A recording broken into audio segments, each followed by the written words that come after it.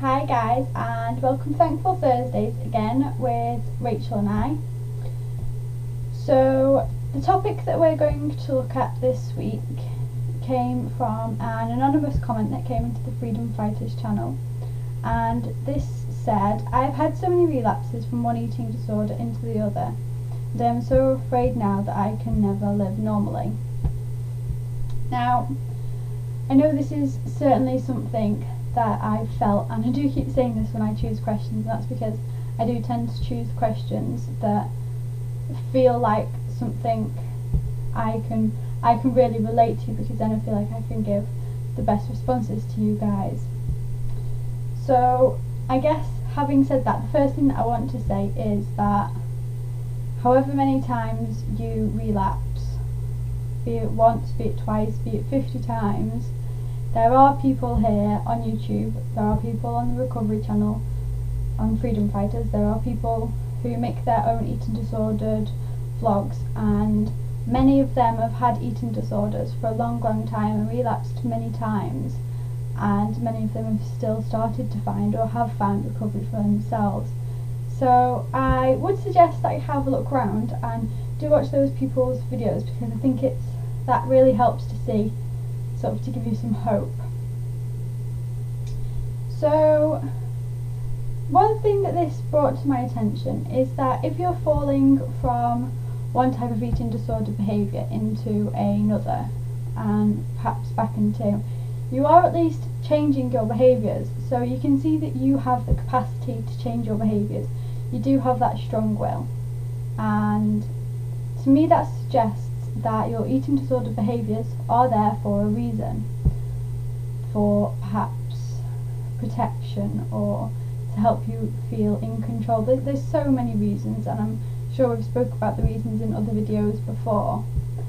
And I would certainly, having recovered from eating disorder myself, say that you need to get to that core issue to stop relapsing from disorder to disorder. I did go through a spell of overeating when I was about 18, just before I fell back into anorexia from my worst phase, and I did both of those things for the same reason, because I was trying to find a way to cope with how I was feeling, and it wasn't so much about what the behaviour was, but it was about what the behaviour gave me, and that's certainly something to think about. So I would encourage you, if you have a therapist, to not just focus so much on your behaviours and on your thoughts of food, on your thoughts of weight, and to really focus on what's underneath it. I think I did find that if somebody was focusing on my behaviours, and I was kind of scared that they were going to take my behaviours away from me, that I changed my behaviours so that they couldn't take them. And I don't know if you can relate to that or not, but I thought that might be worth mentioning. So I guess you've tried many things if you've been relapsing from one disorder to another, or perhaps you haven't, perhaps you've been doing this alone. I'm not sure, the comment didn't actually say that, but do try everything. Relapse is perfectly fine, it's okay, everybody has relapses, and I think people would be more concerned and more confused and more worried if you didn't have relapses, because they are a normal part of the process, particularly if you haven't found the way to deal with whatever it is that's underneath your disorder yet. And it's going to be trial and error finding out what type of counselling, or if you need a support group, or if you need to do, I don't know, whatever works for you.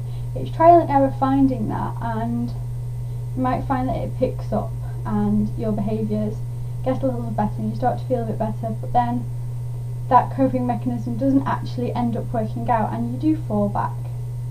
But that's okay, you have to just keep moving and keep finding the next thing to keep you going and pushing you further into recovery. It might not even be one thing, and I think it's the whole process of how everything works together.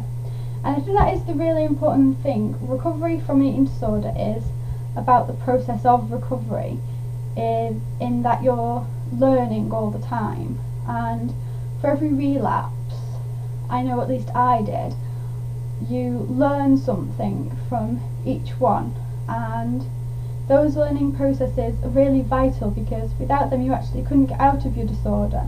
You couldn't change the way you think and change the way you feel. And I think the last thing I wanted to point out is that you said that you can never live normally. And I would question what living normally means to you as well. Because I know I thought I couldn't function normally unless I could completely forget about my eating disorder and get rid of every little quirk I had related to eating and food and every thought process I had. And as I recovered, I found out that for me that wasn't really true. I do still have thoughts occasionally, and they are rare, but they're still there. And I do still have quirks, like I eat with particular cutlery, but it's about how much control I let those things have over me. I can accept that they're there and just keep going, or I can be hurt by them and worried by them and scared by them. And putting a little extra pressure on myself would cause me to relapse even now. So I think that's really important to consider as well. And so many people in today's society, I mean especially women, a huge amount of women have issues with food and weight, and not just those of us with a diagnosed eating disorder. So I'm aware that I've waffled a little bit in this video, and I don't know how much use it's going to be, but without there being a direct question, I kind of just wanted to talk around the comment a little bit. So if you're having another relapse, whoever sent this question, don't give up. Try every option available to you. Make sure you learn from your process. Always keep growing and keep moving, and don't give up.